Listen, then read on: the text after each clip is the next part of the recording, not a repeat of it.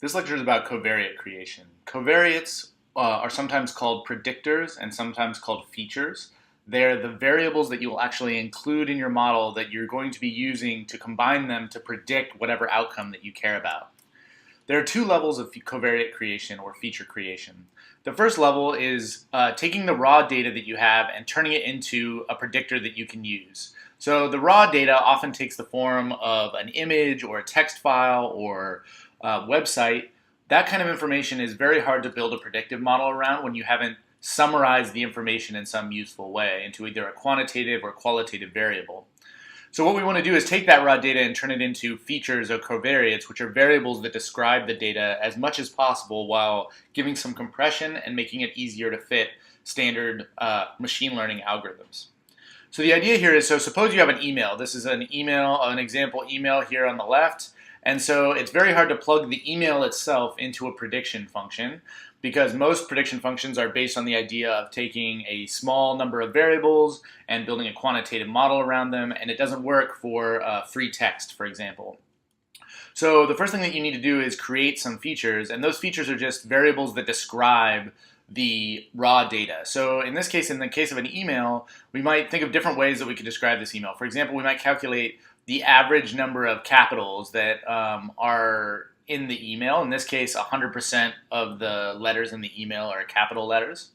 You might say, what's the frequency a particular word appears? So for example, you might say, how often does you appear? And you appears twice in this email. So we say that we calculate 2 for this email. That's a feature.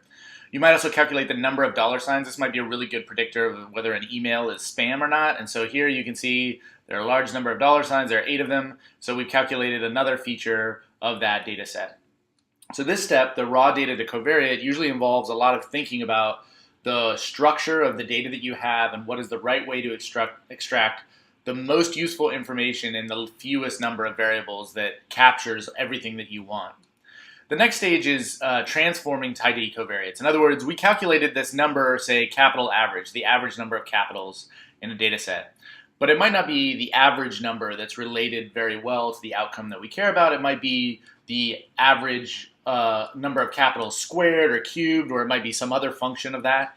And so the next stage is transforming the variables into sort of more useful variables. So for example, if we load the KernLab data and the spam data set, we can take the capital average, so this is basically this variable right here, the fraction of letters that are capitals, and we could square that number and assign it to a new variable, capital average squared, that might be useful later in our prediction algorithm. So those are the two steps in creating covariates. So the first step, the raw data of the covariates, really depends heavily on the application. So like I showed you on the previous slide, in an email case, it might be extracting the fraction of times a word appears or something like that. In the case of voice, it might be knowing something about the frequency or the timbre at which voices are typically fall. In the case of images, it might be identifying features of the images, so if it's faces, where the noses or the ears or the eyes are, and it will depend greatly what your application is. And the balancing act here is definitely summarization versus information loss. In other words, the best features are features that capture only the relevant information in, say, the image or the email and throw out all the information that's not really useful at all. And so the idea is you have to think very carefully about how to pick the right features that explain most of what's happening in your raw data. So some examples here for text files, it might be the frequency of words or frequency of phrases. There's this cool site, Google Ngrams, which tells you about the frequency of different phrases that appear in books going back in time. For images, it might be edges and corners, blobs and ridges, for example. These are all ideas about how do you identify different structures in an image. For websites, it might be the number and type of images, where buttons are, colors, and videos. This is a huge area of importance in web development, which is called A/B testing, which is called randomized trials and statistics, which is basically showing different versions of a website with different values of these different features and predicting which one will introduce more clicks or get more people to buy products. For people, you can imagine features of people are their height, weight, hair color, etc. It's basically any summary of the raw data that you can make is a potential feature. And often this involves quite a bit of scientific thinking and business acumen to know what the right covariates are for a particular problem. So the more knowledge you have of a system, the better job you'll do at feature extraction in general. In general, it's a good idea to have a really clear understanding of why this set of data is useful for predicting the outcome you care about. So there's this balance between summarization and information loss, and in general, it's better to err on the side of creating more features. You lose less information and then filter some of those features out during your model building process. This can all be automated, and it has been automated in various different ways, but you generally have to use a lot of caution when using that approach, because sometimes a particular feature will be very useful in the training set that you've created, but won't be very useful in a new set of data in a test set, won't generalize well.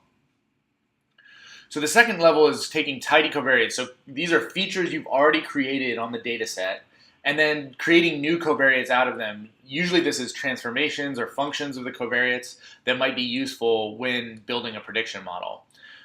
This can sometimes be more necessary for methods like regression or support vector machines that might depend a little bit more on what the distribution of the data are, and a little bit less for things like classification trees, where the idea here is you don't necessarily have as much model-based prediction. In other words, you don't depend quite so much on the data looking a particular way. On the other hand, in general, it's a good idea to spend some time making sure you have the right covariates in your model. So when you create these functions or decide on these functions, you have to do it only in the training set. This is a common theme of machine learning. Building features can only happen in the training set. It can't happen in the test set. Later, when you apply your prediction function to the test set, you will make that same function of the covariate, so you can apply your predictor, but the original creation or thinking about what covariates to build has to happen only in the training set, otherwise you'll lead to overfitting. And the best approach I've found is through exploratory analysis, so basically making plots and making tables of the data and trying to understand what are the patterns of variation in your data set and how they might relate to the outcome. When you're using the Covariate package or doing this analysis in R, the new covariates need to be added to data frames so that they can be used in downstream prediction, and it's important to make sure that the names of the new variables are recognizable so that you can use the same name on your testing data set. So here's an example data set. So here we're loading in this data from the ISLR package, and we're loading the Covariate package, and we're getting this data on wages. So here, again, I'm going to build a training and test set so that I can do all the covariate creation in the training set. So I use the create data partition function to create the indices for the two data sets. Then I separate the data into a training set and into a test set. So one idea is that's very common when building machine learning algorithms is to turn covariates that are qualitative or factor variables into what are called dummy variables. So you probably learned a little bit about this in your regression modeling class if you've taken it through this data science specialization. But the basic idea is, suppose we have a variable. In this case, let's look in the training set at the variable called job class. So that job class has two different levels. It's either industrial or it's information. So one thing that we could do is try to plug that variable directly into a prediction model, but the values of that variable will be actually a set of characters. It'll either be industrial or it'll be information. And it's sometimes hard for prediction algorithms to use those qualitative variables in order to actually do the prediction. So one thing we might want to do is turn it into a quantitative variable. And the way that you can do that with the Covariate package is with this dummy variables function. So basically it says we're going to pass it a model, so the outcome is wage, job class is going to be the predictor variable, and training set is the set where we're going to be building those dummy variables. And then if you use the predict function, this dummy's object and a new data set, in this case we're just going to apply it to the training data set, you get two new variables out. So the first is an indicator that you are industrial, and the second is an indicator that you're information.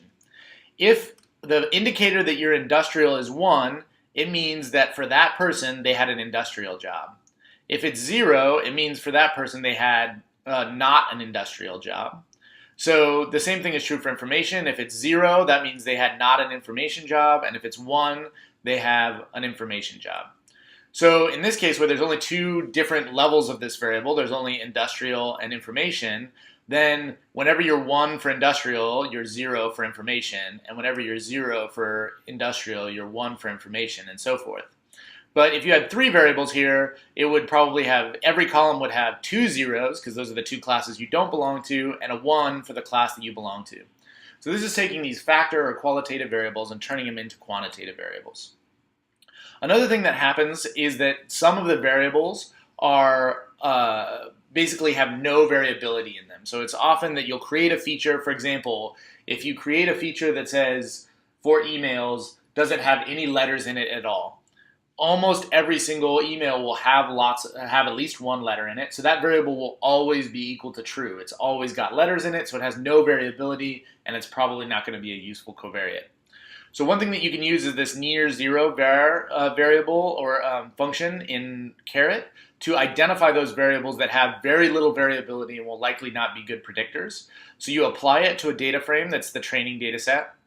And here I'm telling it to save the metrics so that we can see how it's calculating what the variables are. So for example, here we can see that it tells us the percentage of unique values for a particular variable. So in this case, the variable has about 0.33% unique values, and it's not a near zero variance variable. But for example, sex, the variable sex, only is basically males, and so it has a very low frequency ratio. In other words, it's basically all one category.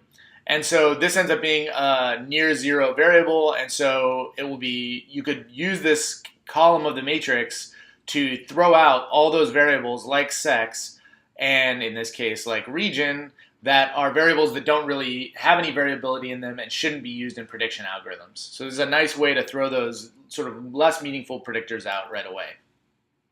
The other thing that you might do is, so instead of fitting, if you do linear regression or generalized linear regression as your prediction algorithm, which we'll talk about in a future lecture, the idea will be to fit basically straight lines through the data. Sometimes you want to be able to fit curvy lines, and one way to do that is with the basis functions. And so you can find those, for example, in this splines package. And so one thing that you can do is create this, the BS function will create a polynomial variable. So in this case, we pass it a single variable. In this case, the training set, we take the age variable, and we say we want a third degree polynomial for this variable. So when you do that, you essentially you'll get a 3-column matrix out. So this is now 3 new variables. This variable corresponds to age, the actual age values. They're scaled for computational purposes. The second column will correspond to something like age squared. So in other words, you're allowing it to fit a quadratic relationship between age and the outcome. And the third column will correspond to age cubed. So you'll allow a cubic relationship between age and the outcome. So this will, if you include these covariates in the model, instead of just the age variable, when you're fitting a linear regression, you allow for curvy model fitting. So just to show you an example of that, here I fit a linear model. You'll remember that from your linear modeling class. So the wage is the outcome. Again, the tilde tells you we're predicting it with. Here we pass it that BS basis. In other words, we pass it all the predictors that we generated from the polynomial model. So in this case, it's age squared, and age cubed.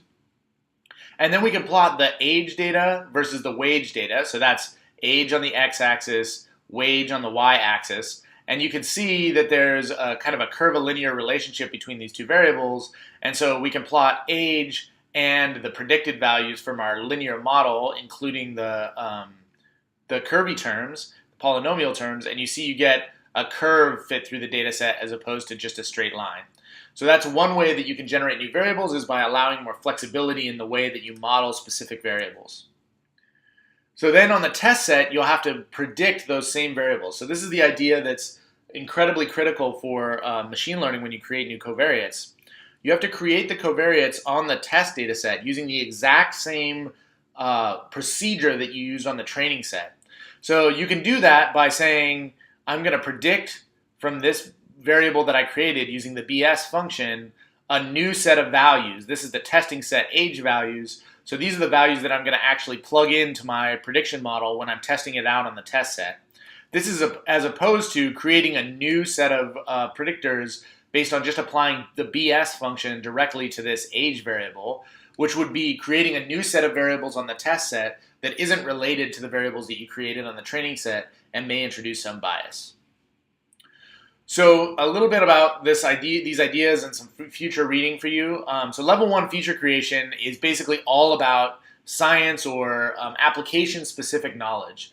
I found that the best way to do it, find things for a specific application that I haven't talked about here, or that you don't know about or you're new to, is Googling feature extraction for the type of data that you're trying to analyze. Feature extraction for images, feature extraction for voice, things like that. You can also just look up that particular data type and see as much information as you can about it. In particular, you're looking for what are the salient characteristics that are likely to be different between individual samples. In general, you want to err on the side of overcreation of features because you can always filter them out later in the machine learning algorithm process. In some applications like images and voices, it's often both possible and pretty much necessary to create features that aren't necessarily just things that you imagine out of your mind. It's very hard to know exactly what the right components of an image to include as features in a model. And so there are things like, you may have heard of deep learning, which is basically a way of creating features for things like images and voice. And this is a nice tutorial I've linked to here that kind of explains how that feature creation process works for those things. But in general, automatic feature creation requires an equal level of thinking to make sure that the features being generated by your feature creation process make sense.